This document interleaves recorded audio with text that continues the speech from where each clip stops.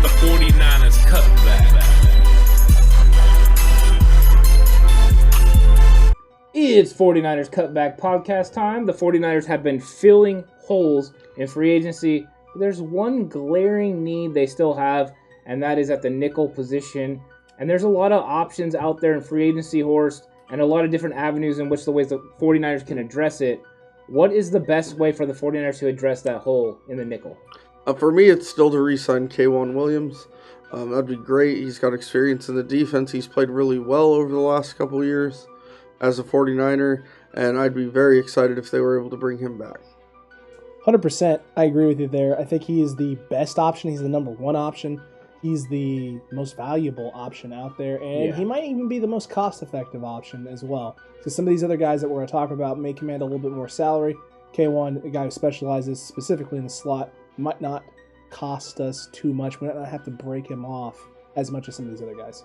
Yeah, I think it's surprising that he hasn't already been signed. I thought the Jets were going to be all over him, and he was going to be one of the first wave of guys off the board, because that's how much we value him as 49er fans. But obviously, he's not garnering the same attention from other teams. Maybe it's some of the injury concerns. Maybe he just doesn't fit their scheme, or they don't have a need there.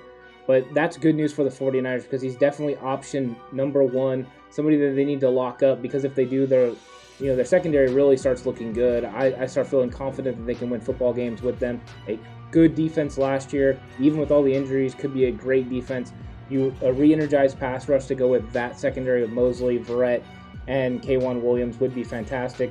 But Horst, if they're unable to lock down K'Wan Williams either because of money or he decides to take his talent somewhere else, who's another option that the 49ers could use, whether that is on the outside and move Mosley in, or if it's on the inside in the nickel? Well, I think as far as on the outside, you got to look at Kyle Fuller, who was just released by the Bears. Bingo. I don't know if he will fit the 49ers money-wise. I'm not sure what he's looking to make. But if he is willing to play ball in that area, he'd be a fantastic corner to bring in. The Bears had to let him go. He was making too much money. If he wants to come win some football games, he can come play for the 49ers. And we can put him on the outside and have Emmanuel Mosley come switch inside and play the slot. That is true. His dead cap this year after being cut was about $9 million, and then an additional $3 million next year. So he's getting a nice chunk of change, a good $12 million still from the Bears. So you could get him fairly cheap, maybe on a one-year deal. You might be able to entice him to take a kind of a one-year prove-it deal with all the crazy stuff with COVID and the cap being kind of all over the place. He might be a guy that you get fairly cheap. You might be able to get him for $4 or $5 million potentially, or he may be looking for a more secure long-term deal. He isn't the youngest man in the world. He is 29, so he's in his prime right now. He's probably got about a good another 3 to 5 years of high-quality playing football at the cornerback position. So you may want to get paid accordingly for that. Only way to find out though is to reach out. Yeah, he's another all-pro level player. He reminds me of Jason Verrett, as far as he can play man, he can play zone. So the flexibility the 49ers would have from a scheme perspective would be absolutely wonderful. Money-wise, I'm not sure, like you said, if it works, because I've already heard that he could get close to $10 million either from the Chargers or the Broncos. And the Broncos will be all in on this. But going to the Broncos doesn't mean you win. So if he's really looking at winning, maybe the 49ers are an option. I guarantee they'll make a phone call, see kind of where his mind's at. But there are teams out there that could still afford to pay him a lot of money. It's hard for me to wrap my head around the fact that Andy Dalton is the reason that Fuller got cut. They needed to sign Andy Dalton to be their quarterback. We talked about the desperation for Chicago, and man, it really just reared its ugly head right there. But there are other options as well, Horst, if Fuller doesn't work out. What other free agent options? I know there's a guy that you like that usually plays the nickels. He might have went to that school of the hat you're wearing. Naquel Roby Coleman is who you're referring to. He played slot. He's been in the league 6-7 years now. He's on the Rams. He was on the Eagles this past year. He's kind of not as good a player to me, but similar to K'Wan Williams in the fact that he's a little bit underappreciated for how good of a player he is. He plays solid in the slot. He's a tough, good tackler, smart, veteran guy. And I think if we're talking these guys getting the money that they are projected at, he's more in the Niners ballpark as far as salary. Yeah, no, definitely a little bit more in the ballpark in terms of contract. He's not a guy who's ever really put up big, huge statistical numbers. He doesn't have a lot of interceptions to his name. He's got some tackles. He can kind of do a lot of different things. He's going to be a good option. He's definitely not K'Wan Williams, but he is an option there that if the Niners are looking to fill in and get a guy who can kind of do a variety of different things, fairly solid tackler, decent against the run, can play in that slot, like Horst said, fairly well. I think he's not a bad option. He's definitely a guy that they can look at, especially if they're not enamored or in love with someone in the draft. Yeah, I think he's an option, but I think I'd rather have Taylor come back and play that spot if I had a choice. I think he's got dog in him, and I kind of like his fight and the way he's able to play. Like that dog. So I would choose him. If I didn't have Taylor and I had to decide between Coleman or going with another guy out on the outside and moving Mosley in, I would probably go with another guy on the outside. And Alex, I think you have a guy that you're really interested in bringing in on the outside. Certain Malcolm Butler. That's him. He's a fairly good cornerback option. I know he's 31. He's getting up there age-wise. I know the money is the big concern for most people because they look at him and just thinking, what's his cap number going to be? His 2021 dead cap now is only $4 million. So he had a $4 million signing bonus, dead million. That was his dead cap number. So he's got $4 million already on the table for this year that he's going to make.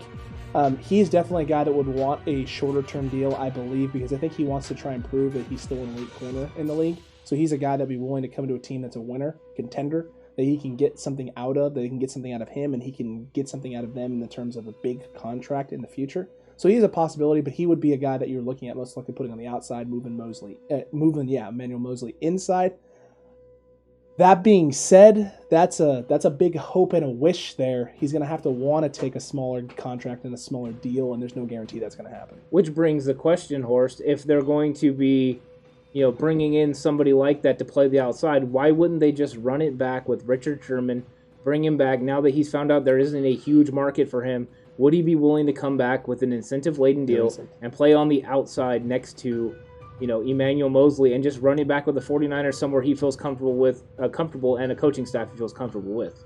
If he's smart, he would.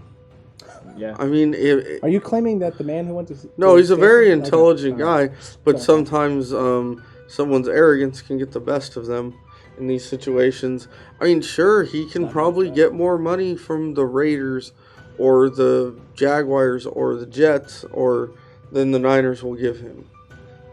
But does he really want to finish his career playing on a 5-win team, 6-win team? Probably not. Or does he win it? I mean, he's been a winner his whole career. He has, except for that first year with the Niners. They weren't very good, but outside of that, he's pretty much been a winner his whole career. And why would he want to end it on a team that's not going to win? It's fair. If I'm him, I'm begging to come back. Yeah, I would say that's probably accurate. If I was him, if you're not getting the looks that you thought you were going to get from some of these teams, you're not going to get paid. You definitely want to come back. I just don't know if he's a good fit on the outside anymore, and I definitely don't think he can play in the slot. I'm not. No, I don't think he can play in the slot. No, he definitely have to be outside in the cover 3. Yeah, but that again pigeonholes us and limits the amount of things that we can do with our secondary. So as much as that may sound great on paper and maybe even in practice and theory, it just creates this handcuff for the defense in the secondary that I'm not a big, huge fan of, and limits. If you're going to go with a guy like Sherman, it limits who you can potentially draft as well, because you need guys who can fit that scheme and play in that role a little bit more. There's another guy potentially, Xavier Rhodes. Yeah. They released him. He's available. He's out in the market right now. Maybe he's had his moments. He has his bright spots, and then he has his bad moments as well. But he's a very, very talented, very athletic cornerback. Well, he had a good year this year playing behind a good pass rush. Sure. So that just proves that, sometimes pass rush can definitely make a secondary look better. He's somebody that fits the 49ers scheme and what they want to do. He's a big, physical, fast corner. He would fit in. I think nice. The fact that the Colts already replaced him. Now, he's definitely going to be gone. So finding a spot for him to land is going to be very important. Horst, I don't know how you feel about him, but for some reason, I still feel like the best option is trading for Stefan Gilmore. The fact that the Patriots are still probably going to look to move on from him, more likely on draft day, get rid of him a year early before it's a year late. They don't want to give him a contract, and they don't want to let him leave for nothing. What do you think? Would you rather have that deal, or would you rather have Xavier Rhodes? My thoughts on Xavier Rhodes, but let me preface this with I've only seen him play a handful of times. I am by no means an Xavier Rhodes expert. But when You're not a Rhodes scholar on Rhodes? When I watch him, I see the same problem that you guys had with Richard Sherman. In that, now he's more athletic than Richard Sherman is right now. Accurate. But that he can only play zone. I feel like Gilmore can play either man or zone. 100%. Now, obviously, you're giving up draft capital or a quarterback if you want to pick up Gilmore. But I think if you're just asking me who the better player is, I would much rather have Gilmore. Definitely would rather have Gilmore. Definitely would rather have him in the secondary. It really just comes down to cost, what it's going to cost us. If some of the rumors are true and that we might be able to deal him for a third and something else, then see a compensatory pick and hello, Stefan Gilmore. Right. But if that's not the case and it's going to cost you second, maybe or even a first, or Jimmy, you better have some pretty in-depth plans of what we're going to do at the quarterback position or what you're going to do in the draft to maybe trade back and grab some of that capital back because there's a lot of talent very early in this draft. Yeah, and I heard rumor about trading a third and a sixth for Stefan Gilmore and Naquel Harry. So that is something that has been rumored. I don't know how much truth there is to it, but I had heard it. So maybe that's a possibility.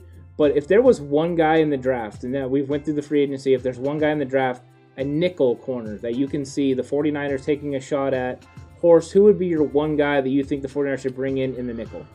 In the nickel, I'm going to go with, since I know you have multiple, I'm going to take one of the guys you really like in Trill Williams from Syracuse. I think he's an underrated player. I think he's a very gifted guy with the way he can move quickly in small spaces. I think he'll make an excellent NFL nickel corner. Highly intelligent as well. Big time. He can pick up on just route combinations and schemes and where guys are going to be in space, sit in one place and be able to play multiple routes at the same time. Highly intelligent corner. I'm going to go with, if you're going to go that route in the draft, Paulson Adebo from Stanford. Nice. Every time I watch film on this guy, I love him just a little bit more. He ran the 4.45 the other day at his little pro day. So definitely got some speed there. He's a young guy, highly intelligent as well. And if you watch his highlight tape, he's basically a wide receiver out there. Are you going to play him on the outside or on the inside? I would inside? probably say put him on the outside at the start, move Emmanuel Mosley inside. So if you're going to go that route in the draft, you put him outside, move Mosley inside, and go from there. But if we're going to take a chance on a guy and go that direction instead of the Trill Williams route, that's definitely the guy I want to go get. Yeah, so I'm going to mention two guys because I don't want to miss either one. Is Ahsante Samuel, who I watched many games at Florida State play. Smart. He's got that lineage of his dad, and just he knows how to play football, and he plays at a high level. He can play outside or inside, but for the 49ers, he can play inside at an all-pro level. And then also the other guy is Molden from Washington. Great guy. To me, maybe the smartest guy, and most instinctive guy. I don't care about his speed or his measurables because he's always in the right spot because he knows what he's doing. I see him as a nickel corner initially, and then translating into a free safety eventually. Fantastic tackler. It seems like he's always making plays. I was watching the Stanford film, and he's playing in that game, and I'm not even watching him. I'm watching Davis Mills, but I'm watching all the offensive plays, and I just see Molden making tackles over and over and over on run plays and on pass plays. He's just a really instinctive player, and I like him. I think any one of those guys are options. Samuel will go earliest in the draft, then Molden, and then Trill Williams. All of them probably late first for Samuel, second round for Molden. Molden. Thank you. Gotcha. And then third to fourth round for Trill Williams, probably in the third, and he's a bigger guy in the slot, more Emmanuel Mosley build, a little bit taller than him actually. I think so. So, but any of those guys would be options if we can't lock someone up in free agency. Agree with you 100%. Let us know what you think down below in that comment section. Who should the 49ers be going after in free agency? Should they be going after K'Wan Williams? Did we not name somebody that you want us to grab? Or do they just need to focus on the draft, hit up the cornerback position there, add some depth, get young? Let us know what you think. And while you're down there, don't forget to like, subscribe to the page if you haven't already, which I don't know why you wouldn't have, and hit that notification bell. Yeah. Make sure you join the conversation. Make sure you're on there. We have lots of fun talking with you. We'll always listen to what you have to say. And then we'll respond as many times as we can, as fast as we can. Not always right on time. True. We are on the West Coast, so sometimes that creates a time difference. A little bit. But make sure you're there. And let us know. I am curious what people's thoughts are on this, because it's still the most glaring need that the 49ers have. Absolutely. They've made some moves, but we're not quite done yet. Yep. But until next time, stay safe. And you remember the right way. Is always the 49ers way. Ooh, a wink.